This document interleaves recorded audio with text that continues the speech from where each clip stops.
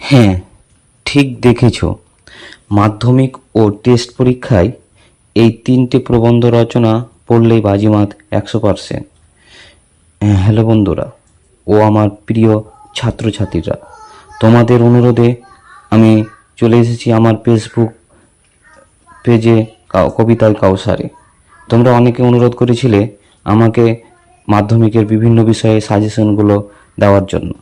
তা আমি প্রথমে তোমাদের এই মাধ্যমিক পরীক্ষা এবং টেস্টের 10 নম্বরের যে প্রবন্ধ রচনা থাকে সেটা সাজেশন নিয়ে আজকে আমি চলে এসেছি। এখানে একটা কথা বলে রাখা ভালো, তোমরা অনেকেই ওই প্রবন্ধ রচনাটাকে এড়িয়ে চলো বা ভয় পেয়ে থাকো, বা অনেকে বলো আমরা তো অনেক কিছু পড়ি কিন্তু কমন পাই না।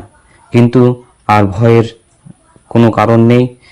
আমি যে তিনটে সাজেশন দেব প্রবন্ধ রচনার, এই তিনটে থেকেই কমন পাবে।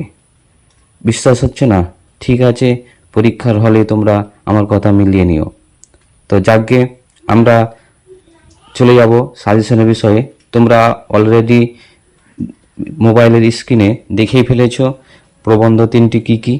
তবু আমি বলে রাখি, এবছরে মাধ্যমিক পরীক্ষা এবং টেস্টের জন্য সবথেকে গুরুত্বপূর্ণ প্রবন্ধ রচনা হলো বাংলার উৎসব। এই প্রবন্ধটাকে অবশ্যই তোমরা মনোযোগ দিয়ে ভালো করে টু দ্য পয়েন্ট হিসাবে লিখে আসবে।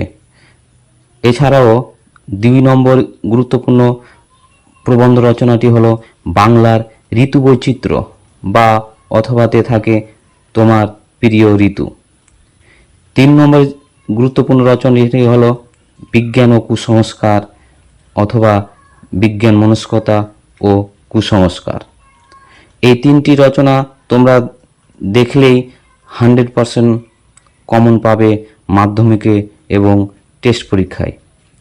এছাড়াও যারা মনে করছো আমরা আরও কতগুলো দেখে নিব, তাদের উদ্দেশ্যে বলি, তোমরা আরও কয়েকটি রচনা দেখে যেতে পারো।